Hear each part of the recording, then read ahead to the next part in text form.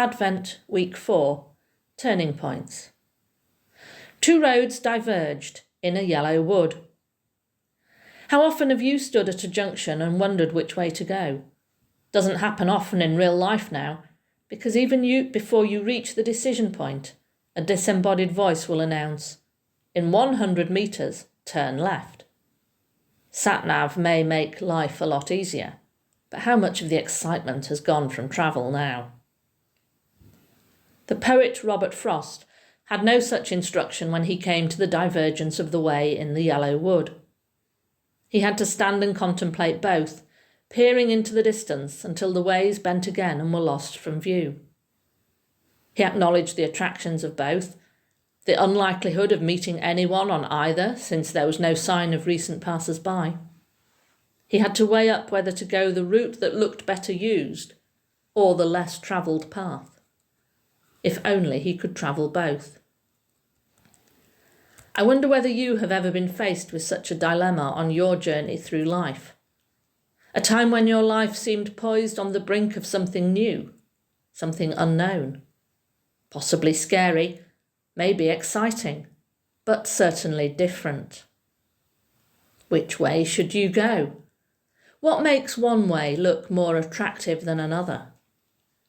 Sometimes there doesn't appear to be a choice, at least not in terms of diverging paths. But even in a labyrinth where we take one path and follow where it leads, it can turn in an unexpected direction, taking us where we did not expect to go. But even here we are still faced with a choice, not this time between different routes, but whether to go on or to turn back. We've been thinking over the past few weeks about endings and beginnings. Sadly, life doesn't always sort itself neatly into chunks.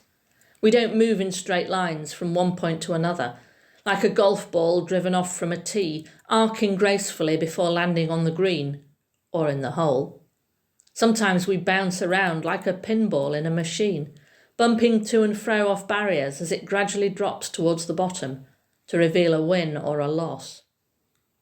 In these periods of our lives, there is barely time to assimilate one change and get used to one trajectory before, bang, off we go again on a different tack. Sometimes we move more slowly. In fact, it seems as though we are almost stationary.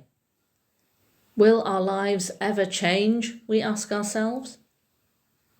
In these times, even if we seem to be stuck in a rut, then the seeds of a change might still be there, gradually growing roots and tentatively reaching out a shoot. They may be establishing themselves without us noticing. Just as it's not always clear when something is ending, it's also not always clear when something new is beginning. Our journey does not always diverge so clearly as it did for Robert Frost in that wood. It might run parallel with our current direction for a while, lulling us into thinking that we're still going the same way, before veering off suddenly. Sometimes the start of something new is a minor track, almost overlooked, little used and maybe even overgrown.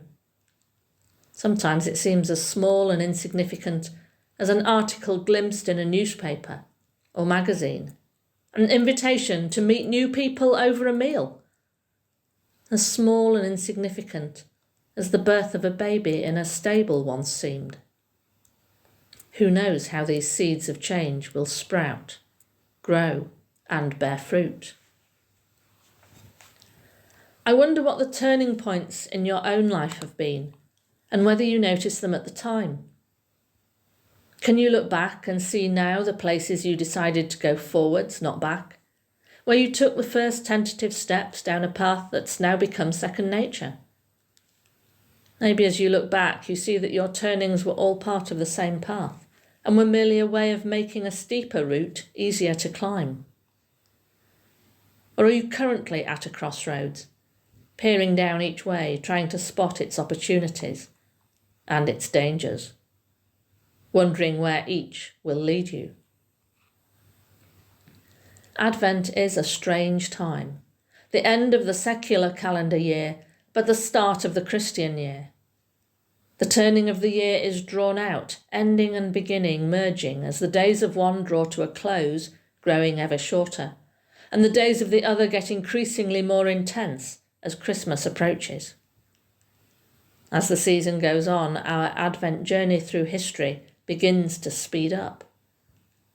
We begin measuring our steps with the age of the patriarchs in their 100-year lifespans and apparently timeless travels.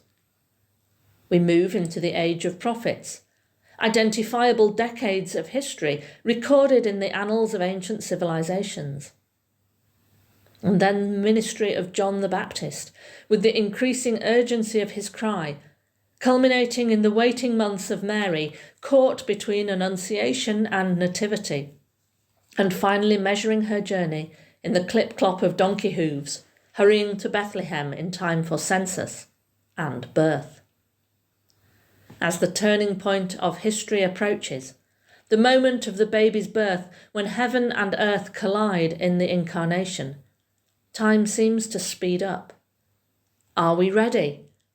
Will we see the moment when things change, when history turns and salvation dawns, and nothing will ever be the same again?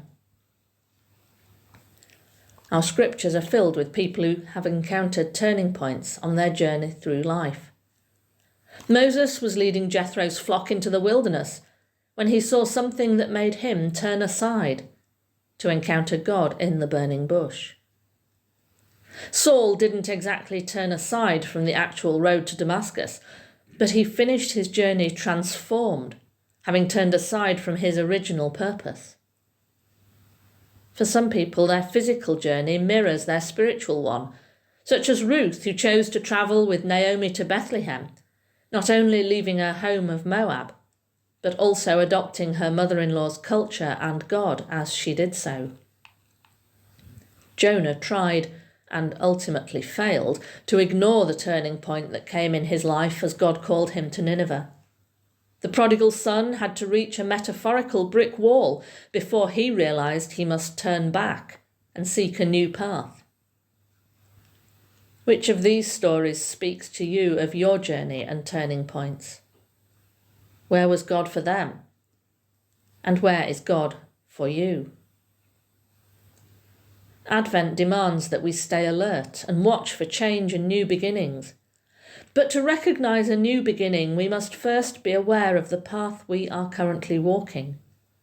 We must tread it consciously and with intent, wherever its twists and turns take us. Only when we are fully committed to this path will we be able to distinguish the new ways that branch off it, and be ready to take them. We must bide our time, not standing still, but watching and waiting, so that we do not leap into change too soon. And that's why Advent is not only a season of beginnings and endings, but of waiting. Waiting for the moment to be right, waiting for the road to fork and the chance to choose our path afresh, whether that be committing again to continue on the same route, or turning to a new way. But above all in this waiting, we must not forget the reason for our journey. Turning points are not just excuses to give up on what we were doing, or try something new merely for the sake of novelty. We don't take a new path just because we think the grass is greener somewhere else. It rarely is. But we take the new path because we sense something or someone pulling us towards it. We recognise that the direction we were going was no longer drawing us closer to the God who created us and who calls us by name, and that we must adjust our steps to be aware of him afresh. When the ways diverge ahead of us, we must listen and look for the signs of God that will tell us which way to go. That's why Advent is a good time for taking stock. As we're drawn through the history of God's people towards the turning point of incarnation, through the stories of patriarchs, the proclamations of the prophets, the cries of the Baptist, and the obedience of Mary, we can also pay attention to the story of our own journeying. For we walk a shared path, illuminated by the God who is ours as well as theirs. The culmination of Advent, the feast of Christmas, of Incarnation, means that God has also walked the roads of earthly life with us. But he is not only with us on the way, he is the way. Whatever turning points we may reach, however hard to spot, however difficult the dilemmas they present to us, God will be at each of them. So as this season of Advent draws to a close, may we walk confidently towards Christmas and into 2023, our hearts fixed on the one who not only walks with us, but who also works with us.